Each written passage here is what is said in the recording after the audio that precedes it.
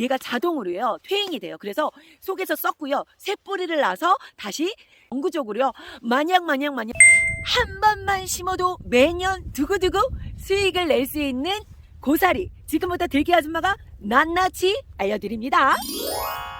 자, 고사리가요 장점이 좀 많은 작물 중에 하나더라고요. 그래서 오늘은 그 장점을 한번 또 말씀드려보고요, 재배 방법, 심는 방법 등등등 알려드리려고 하는데요. 이 고사리의 장점 중에 첫 번째는요, 병충해에 강하기 때문에 약을 할 필요가 없어요. 그래서 무농약이 가능한 작물 중에 하나가 고사리입니다. 그래서 몸에도 좋겠지요. 이 무농약으로 키울 수 있으니.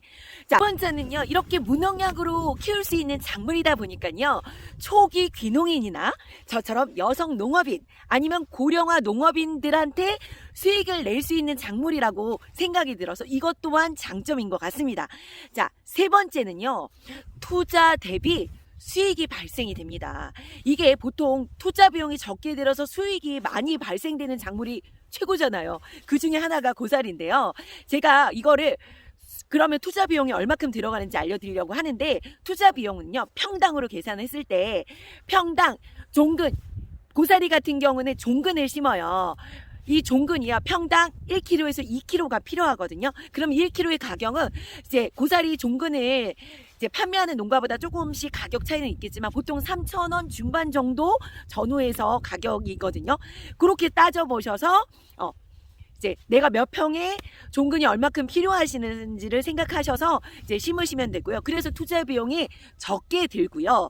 그 다음 수익은요, 이제 보통 고사리 재배를 오랫동안 하시는 분들이 수익이 얼마다라고 말한 가격이요, 10,000원에서 20,000원이었는데요. 제가 이제 수익을 내서 저번 영상에도 제가 저희 들기 아줌마가 수익을 공개해 드렸는데, 저 같은 경우는요, 뭐 택배비 아니면 뭐 100g 조금 산 사람은 얼마, 뭐 1kg 600g 한 근씩 사는 사람은 얼마, 이렇게 가격이 조금씩 다르다 보니까 저는 평당 9,000원 정도의 수익이 발생이 됐는데요.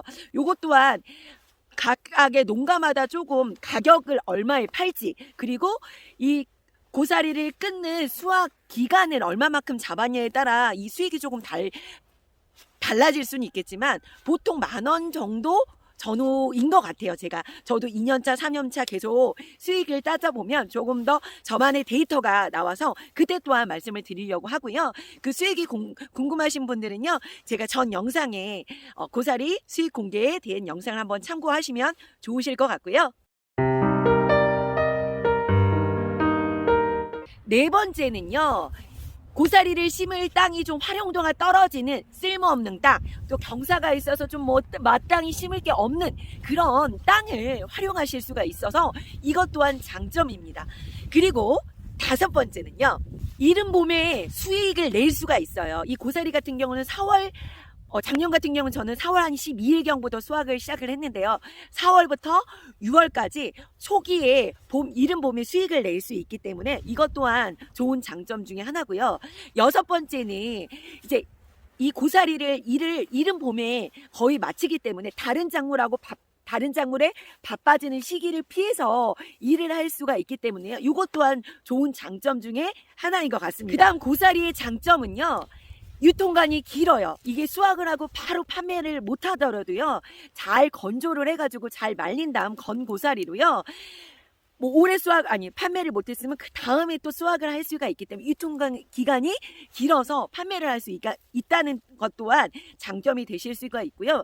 마지막 장점은 매년 투자 비용이 적게 들어갑니다. 이게 고사리는요, 일단은 농약값이 약값이 들어가지가 않는데 대신 이제 풀을 잡을 수 있는 약은 또 하실 수가 있어요.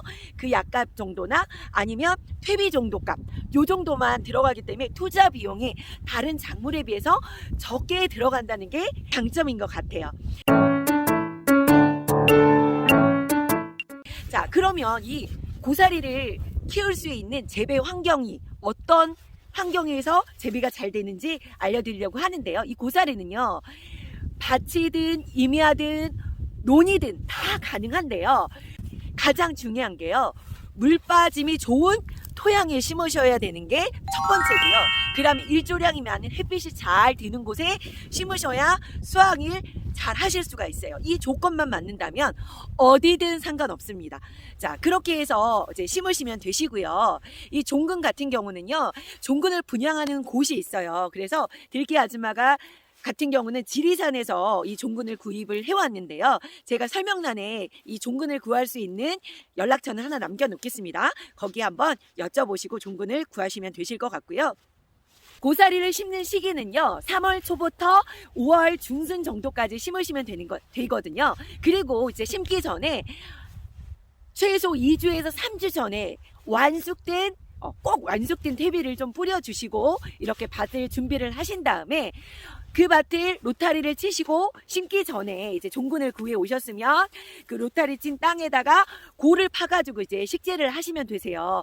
이 고사리 심는 방법은 그닥 어렵지가 않으시거든요. 심는 방법은 일단은 로타리를 쳤으면 이제 고를 파야 되는데요. 이게 골의 깊이가 중요합니다. 이 고사리 같은 경우는요, 이 간격보다도 이 깊이에 따라서 고사리가 튼실하게 올라올지 삐리리하게 올라올지 이게 좌우가 되기 때문에 골의 깊이가 중요하고요.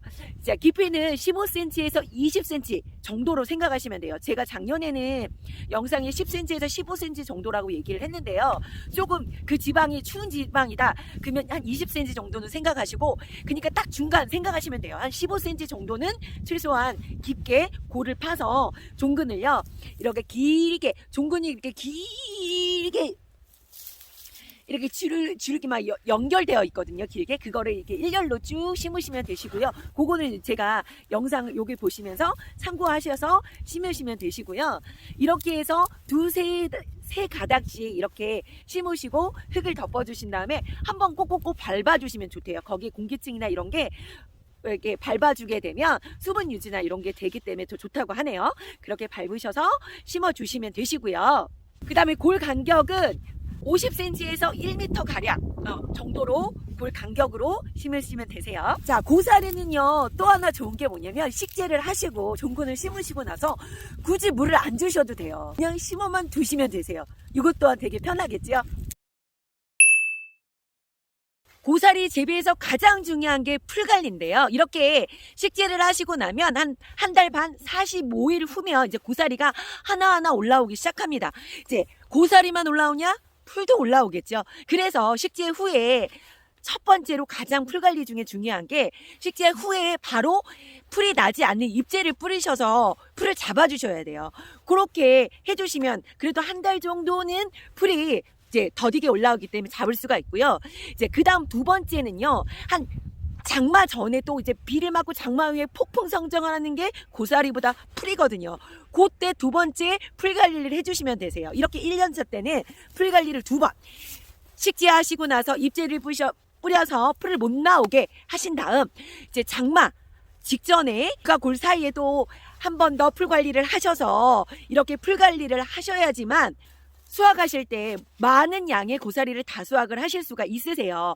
지금 보시면요, 지금 이렇게 있는 것들이 다 고사리 대예요. 이제 가을에 고사리가 여기까지 엄청 키 높이까지도 크고 나서요, 얘가 이제 썩 쓰러집니다. 지금 이렇게 쓰러지고 그대로 냅둬야 돼요. 고사리 같은 경우는 절대로 얘를 베고 막 없애거나 그러시면 안 되세요. 이렇게 고사리 대를 그냥 마냥 냅두는 이유는요, 겨울에는요 동해 피해를 예방을 하고요, 또 수분 유지도 되고요, 또 퇴비 역할도 하고요.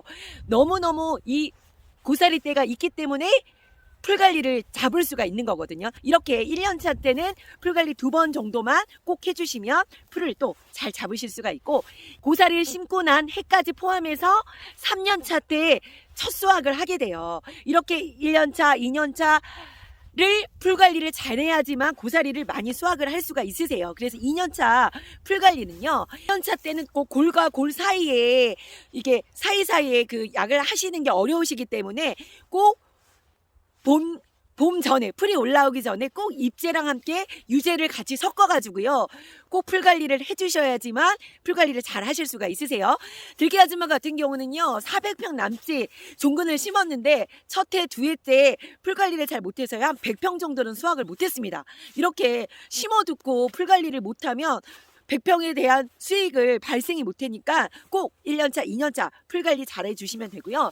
이렇게 넝쿨이 되고 나면 저돌로 이제 풀 관리를 잡게 돼서요. 봄에 풀이 덜 올라와요. 왜냐하면 풀은 햇빛을 봐야지만 풀이 막 올라오는데 얘네 고사리 때가 이렇게 누워져 있기 때문에 빛을 못 보기 때문에 풀이 훨씬 더 올라와요.